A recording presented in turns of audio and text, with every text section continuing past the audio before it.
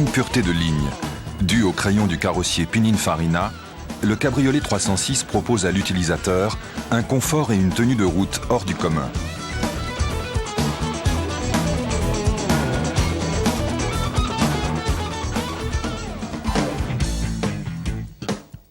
Les éléments spécifiques de ce cabriolet sont d'une part la capote, d'autre part les vitres latérales sans encadrement.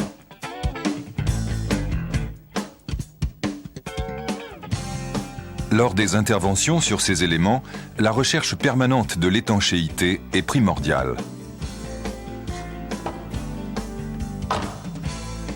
Ce programme en 3 parties montre le déroulement d'une opération complète de réglage à réaliser après la repose de la capote et des vitres du cabriolet 306.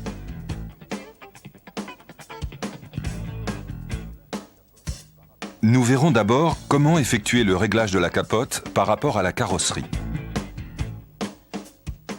Nous continuerons par le réglage des vitres et nous terminerons par quelques réglages complémentaires et une vérification de l'étanchéité.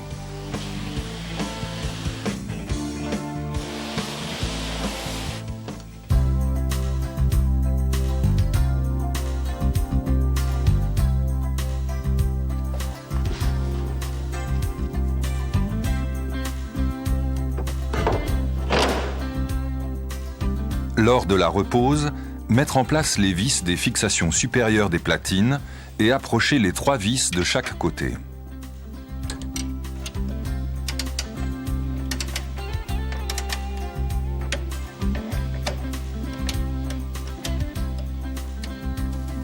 Amener la capote vers l'avant pour vérifier son alignement avec le pare-brise et la verrouiller.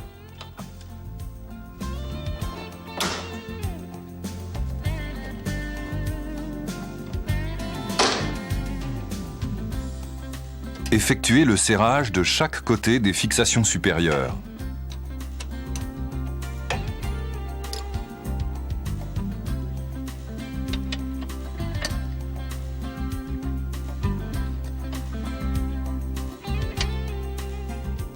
Soulever l'arceau avant et relever l'arceau arrière.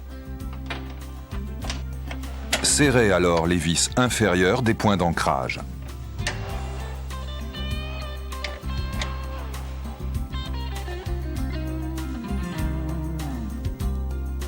Dans le cas d'une capote électrique, reposez les vérins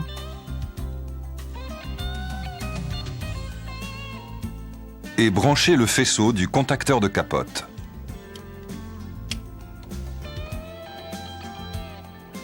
Laissez la capote en tension pendant au moins 24 heures afin qu'elle puisse se stabiliser avant d'entreprendre les réglages.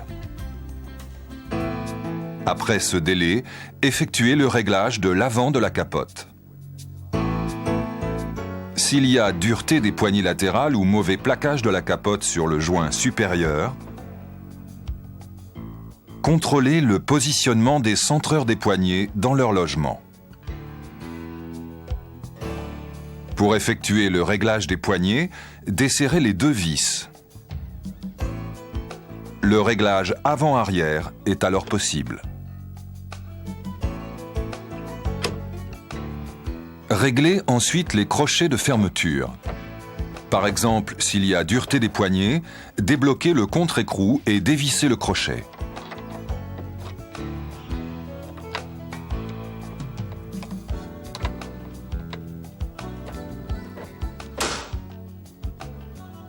Attention, si le crochet est trop dévissé, le plaquage de la capote sur le pare-brise sera insuffisant.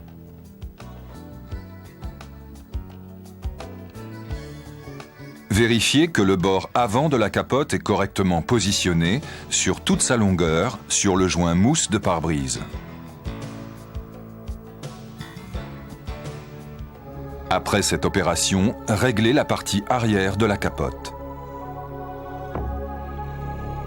2 vis butées placées de chaque côté sur l'armature permettent d'obtenir le parallélisme et l'étanchéité de la partie arrière.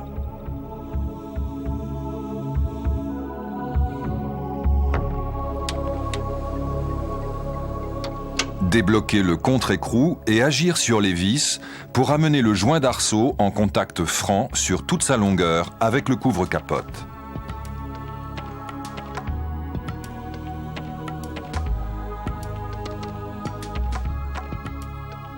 Effectuer le réglage des deux côtés pour obtenir le parallélisme.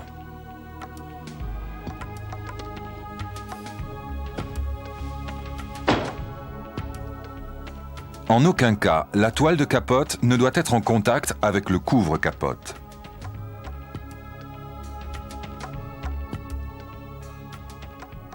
Contrôlez de nouveau le réglage de la partie avant.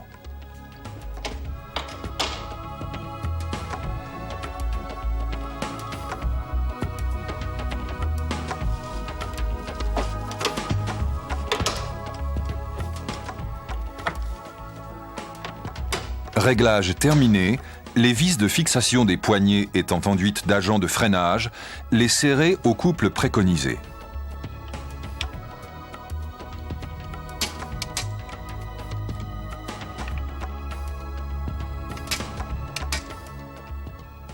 À noter que la mise en tension de la partie arrière est assurée par un câble suivant le pourtour de la capote.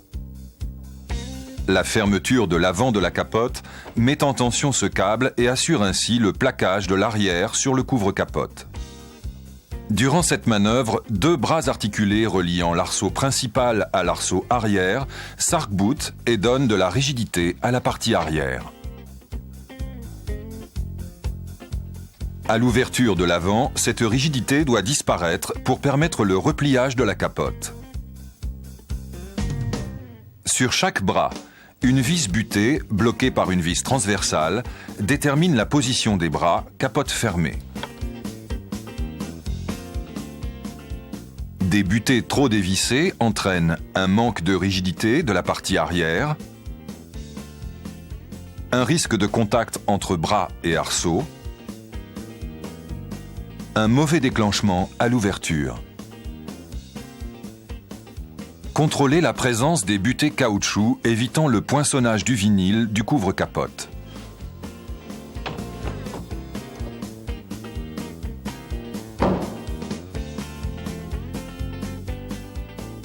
Dans le cas d'une capote électrique, procédez à l'initialisation du calculateur. Contact coupé, ramenez la capote vers l'avant. Soulevez l'arceau arrière, fermez le couvre-capote et le verrouillez manuellement par le coffre.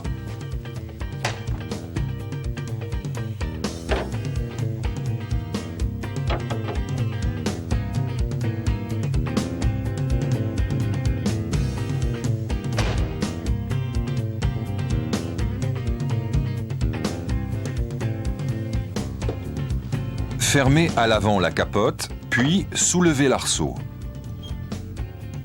Mettre le contact et ouvrir électriquement.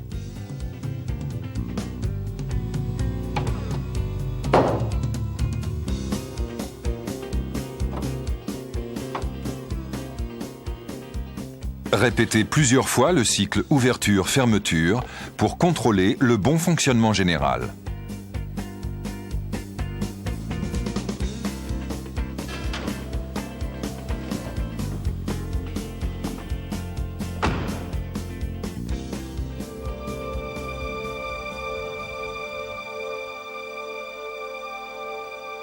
Chaque porte est équipée d'une vitre fixe et d'une vitre coulissante à commande électrique. La vitre de custode est également électrique et son mouvement permet son engagement dans la coulisse de capote. À noter que la dépose de la vitre principale implique la dépose préalable de la vitre fixe pour libérer le patin de guidage.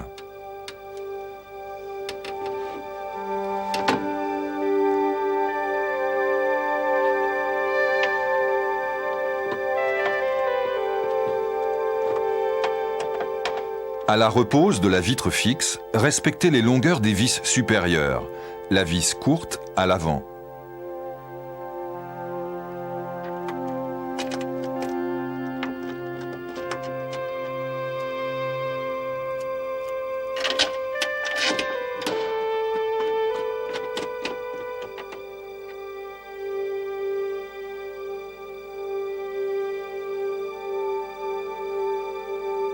Les portes étant parfaitement réglées, le réglage des vitres se fera toujours de l'avant vers l'arrière, dans l'ordre vitre fixe, vitre principale, vitre de custode. La vitre fixe se règle en 3 points. Réglage en hauteur par la vis située en bas du montant de vitre. Réglage avant-arrière par les 2 vis situées en haut de la doublure de porte. Réglage intérieur-extérieur par la vis située sous la doublure de porte. Pour effectuer le réglage, approchez sans les serrer toutes les fixations.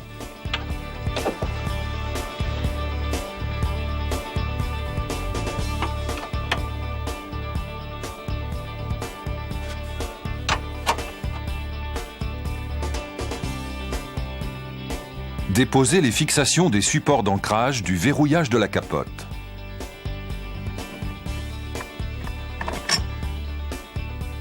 Puis les supports de pare-soleil.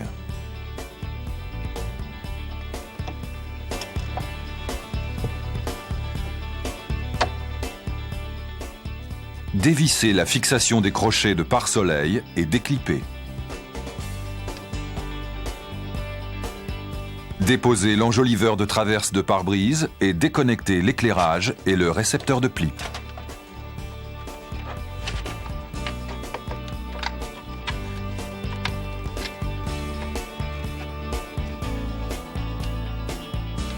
Pour régler la vitre en hauteur, déposez du côté à régler l'enjoliveur de feuillure de montant de baie.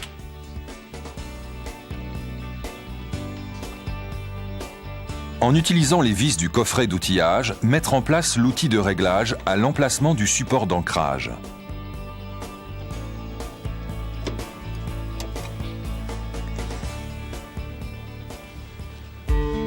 Amenez en contact l'angle supérieur de la vitre fixe et serrez la vis du montant.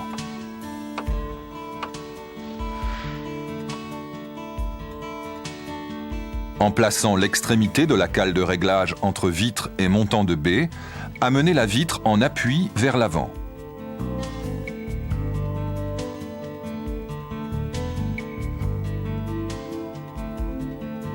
Pour régler le désaffleurement, glissez entre feuillure et vitre fixe la cale de réglage.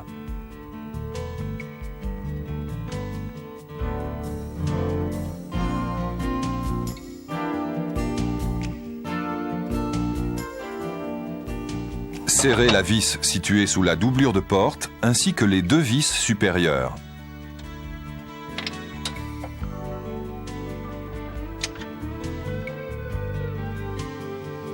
Et contrôlez l'ensemble des réglages effectués.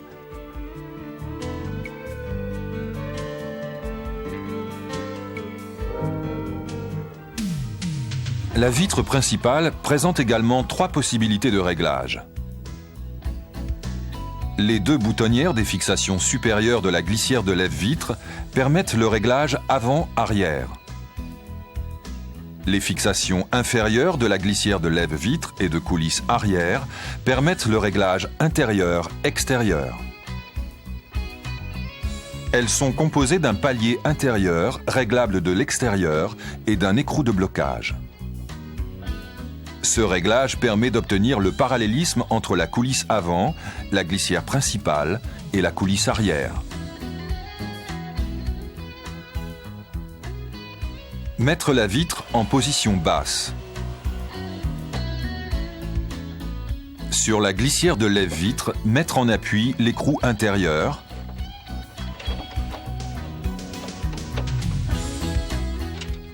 Et approcher le contre-écrou. Effectuez la même opération sur la coulisse arrière, tout en donnant à cette coulisse sa bonne position avant-arrière.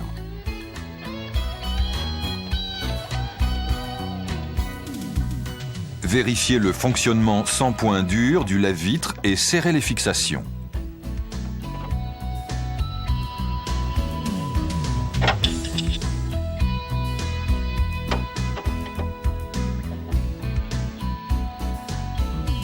Une butée en haut de glissière de lève-vitre, réglable par l'intérieur de la porte, détermine la hauteur de vitre.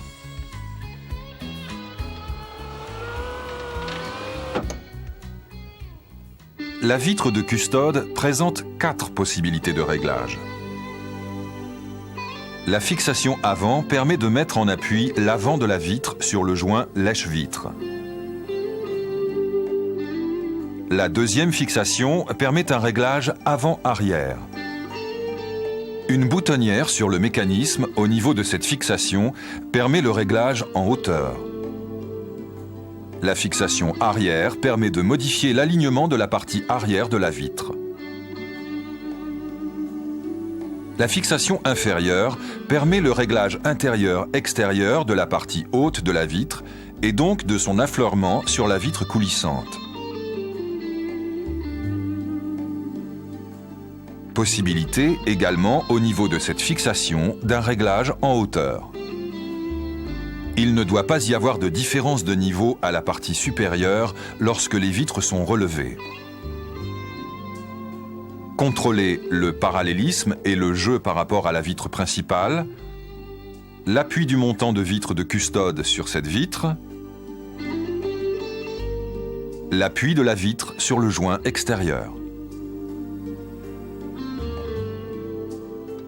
Au cours de ces interventions, chaque réglage peut interférer avec un réglage précédent.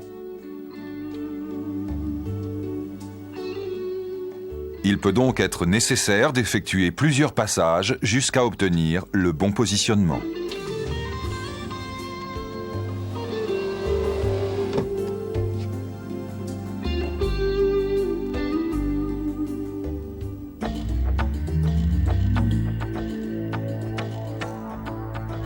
Vitre de custode levée, abaissez lentement la capote pour vérifier que le joint de coulisse vient s'engager sans donner d'à-coup à la vitre.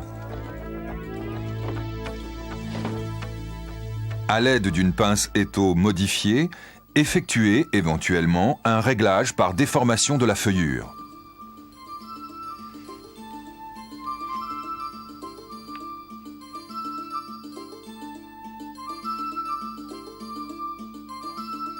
Vérifiez ensuite que la capote rentre dans son logement sans frotter.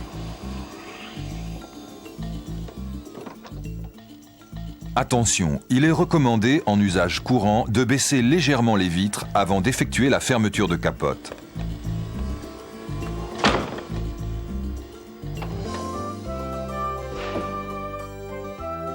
Capote fermée, vérifiez le bon engagement de la vitre dans la coulisse de capote. Pour la vitre principale, s'assurer du contact franc de la vitre sur le joint latéral. Du passage de la vitre sous la lèvre supérieure et le rebord de capote lors d'une manœuvre ouverture-fermeture de la porte. Et du bon positionnement lors de la remontée de la vitre, porte fermée.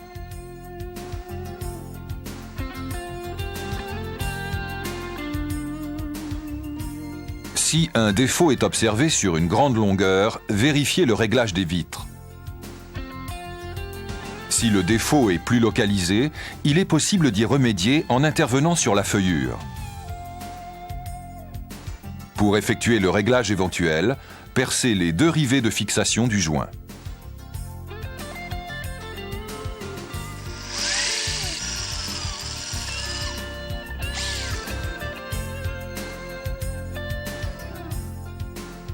Le réglage par déformation de la feuillure inférieure de l'intérieur vers l'extérieur augmente l'appui du joint latéral sur la vitre.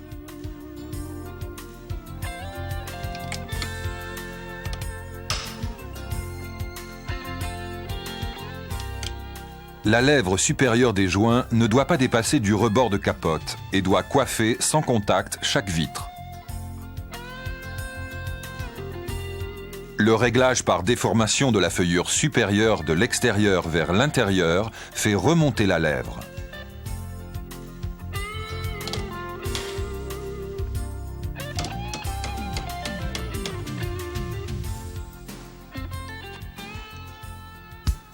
Vérifiez ensuite l'étanchéité à l'avant du joint latéral. À la fermeture, le joint latéral ne doit pas venir chevaucher le joint de pare-brise. Un contact franc doit exister entre le joint mousse de pare-brise et l'extrémité du joint. Réglez en déplaçant le joint.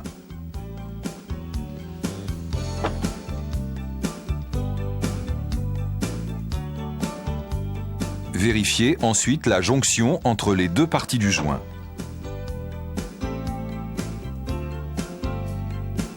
Et reposez les deux rivets.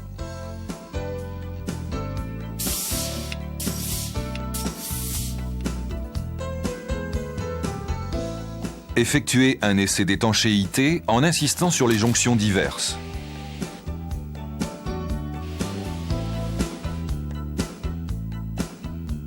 Et faire un essai routier pour détecter les bruits aérodynamiques.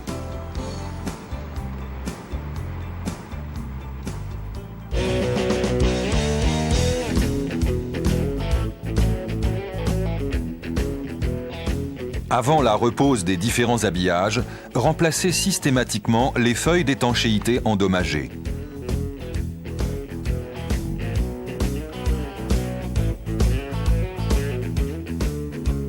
Et obturez toutes les ouvertures.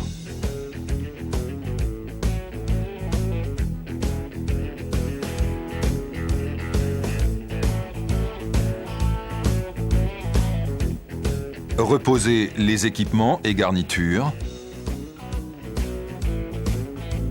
et réglez à l'aide des deux vis de fixation le désaffleurement du couvre-caisson par rapport au couvre-capote.